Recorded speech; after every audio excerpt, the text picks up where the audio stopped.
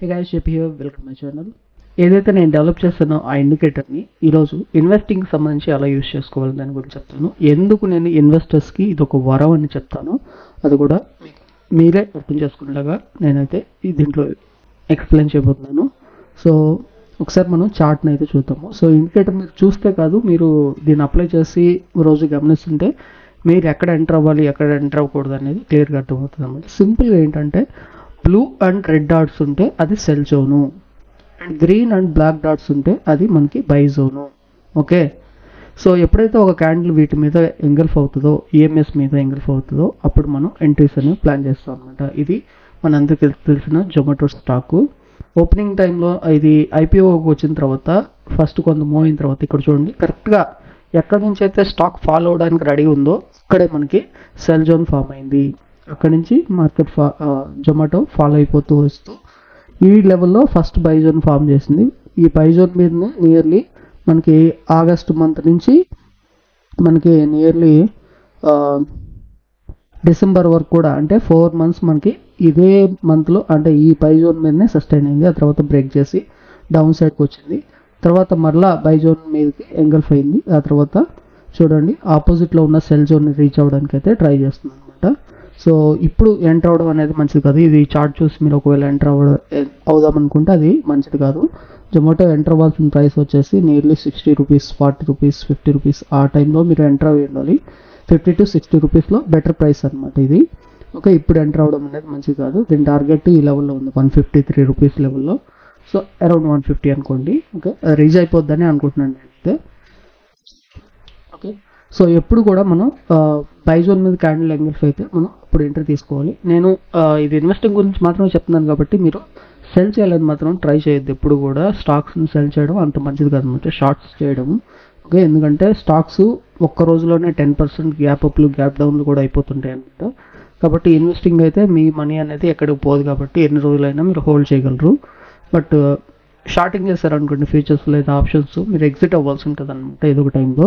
కాబట్టి మీరు కేవలం ఈ ఇండికేటర్ ఇన్వెస్టింగ్ పర్పస్గా మాత్రమే యూజ్ చేయండి. ఓకే, ఎవరైతే ఇన్వెస్టర్స్ ఉంటారో వాళ్ళు పొజిషనల్గా ట్రేడింగ్ చేద్దామనే దాంతో స్టాక్స్లో అయితే చేయొద్దని. ఓకే, సో ఫస్ట్ అయితే మనం ఇన్వెస్టింగ్ చేసేటప్పుడు ఎప్పుడు కూడా మీరు సిస్టమేటిక్గా చేయాల్సి ఉంటుంది. అంటే మీరు దగ్గర ఒక 1,00,000 రూపాయలు అనుకోండి, 1,00,000ని మీరు 4 పార్ట్స్గా డివైడ్ చేస్తే 25,000 వస్తుంది. 25,000ని ఒక్కొక్క స్టాక్లో ఇన్వెస్ట్ చేయాల్సి ఉంటుంది అనమాట. సో అట్లా ఇన్వెస్ట్ చేసినైతే మీరు డైవర్సిఫై చేసినట్టు ఉంటుంది. అండ్ ఏదైనా ఒక స్టాక్లో మీకు స్టాప్ లాస్ వచ్చేసిన రిమైనింగ్ 2-3 స్టాక్స్ మీకు ఖచ్చితంగా ప్రాఫిట్ ఇస్తాయి. ఇదైతే నేను చెప్పగలనమాట మన ఇండికేటర్ని బేస్ చేసుకొని. నేను మీకు ప్రూఫ్ కూడా చూపిస్తాను. ఓకే, కాకపోతే వెయిటింగ్ పీరియడ్ అనేది కొంచెం ఎక్కువ ఉంటుంది ఇన్వెస్టింగ్లో. మీరు ఇన్వెస్టింగ్ చేయాలంటే మీరు వీక్లీ, మంత్లీ లేదంటే అంతకు మించి మీరు టైం ఫ్రేమ్స్ని అయితే యూజ్ చేయండి. Daily time frames some times మీకు మంచి ఆపర్చునిటీ ఇస్తుంది, సమ్ టైమ్స్ మీకు బ్యాడ్ ఎక్స్పీరియన్స్ని అయితే ఇస్తుంది అనమాట. ఓకే, సో నేనైతే వీక్లీ అండ్ మంత్లీ అయినా ప్రిఫర్ చేస్తాను మరి ఇన్వెస్టింగ్ కోసం అయితే. ఓకే, సో ఈ జొమాటోనే కాకుండా ఇంకొన్ని స్టాక్స్ని కూడా మనం ఒకసారి చూద్దాము. సో ఈ స్టాక్స్ ఏవి కూడా నాకు తెలియదు, జస్ట్ నేను వాచ్ లిస్ట్లోకి యాడ్ చేశాను. ఇక్కడ చూడండి. సో మనం కనుక గమనిస్తే ఆపోజిట్లో ఉన్న సెల్ జోన్ ఇక్కడ ఫామ్ అయింది ఫస్ట్.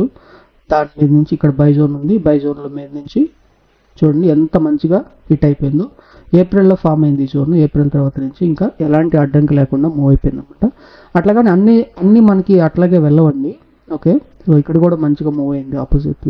అసలు మనకి మంచి రిటర్న్ అయితే వచ్చి ఉంటుంది. అండ్ 1-2 దగ్గర మనకి స్టాప్ లాస్ హిట్ అయినప్పటికీ కూడా మీకు ఇక్కడ ఎక్కడైనా హిట్ అయినా చూద్దాం. ఇక్కడ చూడండి ఆపోజిట్లో వెంటనే మళ్ళీ సెల్ జోన్ ఫామ్ అయిపోయి దాన్ని డామినేట్ చేస్తూ ప్రైస్ అయితే పుష్ చేస్తుంది డౌన్ సైడ్కి. ఒకవేళ మనం ఇక్కడ పోయినా కూడా మనకు 5% మన 10% పోయింది అనుకుంటే మనం 10%ని మధ్యలోనే కవర్ చేసేయచ్చు అనమాట. అంటే ఈ లాంగ్లో మీరు ఇన్వెస్ట్ చేయకపోయినా నేను జనరల్గా చెప్తున్నాను అనమాట, 5-10% మనకి ఇన్వెస్ట్మెంట్లోంచి పోయినప్పటికీ కూడా ఆ 5-10% మనం ఈజీగా రాబట్టేయచ్చు అనమాట. ఇక్కడికి వచ్చే రివార్డ్ని కానీ గమనిస్తే మీరు ఖచ్చితంగా మీరు దాన్ని అర్థం చేసుకోగలరు. ఇక్కడ మనం ఇన్వెస్ట్ చేసినట్లయితే చూడండి ఎంత మంచిగా మూవ్ అయిందో. ఓకే, స్టాప్ లాస్ ఉండదని అనట్లేదు, బట్ స్టాప్ లాస్ ఉన్నప్పటికీ కూడా ఇచ్చే రిస్క్ రివార్డు మనకి స్టాప్ లాసెస్ అన్నిటిని కూడా కవర్ చేసేయగలదు అని చెప్తాను అనమాట. ఓకే, తర్వాత కొన్ని స్టాక్స్ చూద్దాం. చూడండి నేను వీక్లీలో పెట్టినాను ఇది. ఓకే, సో ఇక్కడ కూడా మనకు ఒక మంచి బయింగ్ ఎంట్రీ వచ్చింది, ఇక్కడ సెల్లింగ్ ఎంట్రీ వచ్చింది. కాకపోతే మనం స్టాక్స్ని సెల్ చేయకూడదు అని చెప్తున్నాను అనమాట. తర్వాత మీ ఇష్టం ఉండేది. ఓకే, ఇక్కడ కూడా ఒక మంచి బై జోన్ ఫామ్ అయింది. తర్వాత స్లోగా మనకి ఆపోజిట్లో ఉన్న సెల్లింగ్ టార్గెట్ని హిట్ చేసింది అనమాట. ఓకే, సో ఇంకా కొన్ని స్టాక్స్ అయితే చూద్దాం. సో ఇక్కడ కూడా చూడండి మంచిగా మూవ్ అయింది. ఓకే, సో ప్రీవియస్గా చూసుకున్నా కూడా అంటే 23లోనే కాదు, మనకి 20లో కూడా మంచిగా మార్కెట్ ఫాల్ అయింది. ఆ టైంలో కూడా మంచిగా బై జోన్స్ మీద నుంచి క్యాండిల్స్ అనేవి వెళ్ళినాయి అనమాట. ఇక్కడ కూడా చూడొచ్చు. ఓకే, ఈవెన్ మనందరికీ ఫేవరెట్ స్టాక్ అయిన రిలయన్స్ కూడా నేను చూపించే ప్రయత్నం అయితే చేస్తానండి. సో రిలయన్స్ కానీ మీరు చూసినట్లయితే రిలయన్స్ అసలు అది 1000 బిలోని మనకి ఒక మంచి ఎంట్రీ ఇచ్చింది అనమాట. ఇప్పుడు ఇక్కడ చూడండి, ఇక్కడ ఒక మంచి బై జోన్ ఫామ్ చేసింది. ఇక్కడ కూడా ఒక మంచి బై జోన్ అని చూడండి. ఓకే, దానికి ముందు ఇక్కడ ఒక బై జోన్ ఉంది అనమాట మనకి. సో ఇది మంత్లీలో కొంచెం కన్వర్ట్ చేసుకుంటే ఇంకా మనకి క్లియర్గా ఉంటాయి. సో మీరు ఈ మంత్లీ కానీ వీక్లీ కానీ ఏదో ఒక టైం ఫ్రేమ్ అయితే ఫాలో అవ్వండి మీరు ఇన్వెస్టింగ్ చేసినట్లయితే. చూడండి మనకి ఇక్కడ బై జోన్ నియర్లీ 300 ఆ లెవెల్లో ఉందన్నమాట. ఇది ఎప్పుడో 2015లో ఉంది. అప్పటికి నేను ఇంకా ఇండికేటర్ డెవలప్ చేయలేదండి. బట్ ఇప్పుడు రీసెంట్గా మనం కానీ గమనిస్తే అప్పటి నుంచి మనకి ఒకే డైరెక్షన్లో అయితే రిలయన్స్ మూవ్ అవుతూ ఉంది. రీసెంట్గా జరిగిన ఏప్రిల్లో కూడా మనకు ఒక మంచి బై జోన్ వచ్చి దాని ఆపోజిట్లో ఉన్న టార్గెట్ని హిట్ చేసింది. ఇక్కడ మనకి స్టాప్ లాస్ టార్గెట్ రేషియో చూసుకున్నట్లయితే మనకి ఒకవేళ మనం నష్టపోయింటే 7% అయింది. మన టార్గెట్ వచ్చేసి ఆపోజిట్లో ఉన్న సెల్ జోన్ కాబట్టి నియర్లీ మనకు ఒక 17% అయితే ఇక్కడ మనకి జనరేట్ అయింది. ఓకే, మళ్ళీ రీసెంట్గా ఇక్కడ మళ్ళీ ఇంకో బై జోన్ ఇక్కడ ఫామ్ అయ్యి సైడ్కి అయితే మూవ్ అవుతుంది అనమాట. ఈ ఇండికేటర్ మీరు ఏ స్టాక్స్కి అప్లై చేసినా కూడా మంచిగానే ఉంటుంది. బట్ వాల్యూమ్స్ ఎక్కువ ఉన్న స్టాక్స్నే కొంచెం యూస్ చేయడానికి అయితే ప్రిఫర్ చేయండి. మరి హైగా విక్స్ ఫామ్ అయ్యే స్టాక్స్లో అయితే ఈ ఇండికేటర్ని అయితే యూస్ చేయొద్దు. అండ్ ఇది డే టైమ్ ఫ్రేమ్లో నేను పెడుతున్నాను చూడండి. మీరు డే టైమ్ ఫ్రేమ్లో కూడా యూస్ చేసుకోవచ్చు. బట్ ఇంకా మీ ఇష్టం అనమాట. ఇన్వెస్టింగ్ డే టైమ్ ఫ్రేమ్ సరిపోతుంది అనుకుంటే మీరు అనలైజ్ చేసుకొని యూస్ చేసుకోవచ్చు. ఇండికేటర్ మీకు కావాలనుకుంటే నేను గ్రూప్లో కాంటాక్ట్ అవ్వండి. నేను దీనికి సంబంధించిన డీటెయిల్స్ అండ్ వీడియోస్ కూడా మన ఛానల్లో పబ్లిష్ చేస్తున్నాను.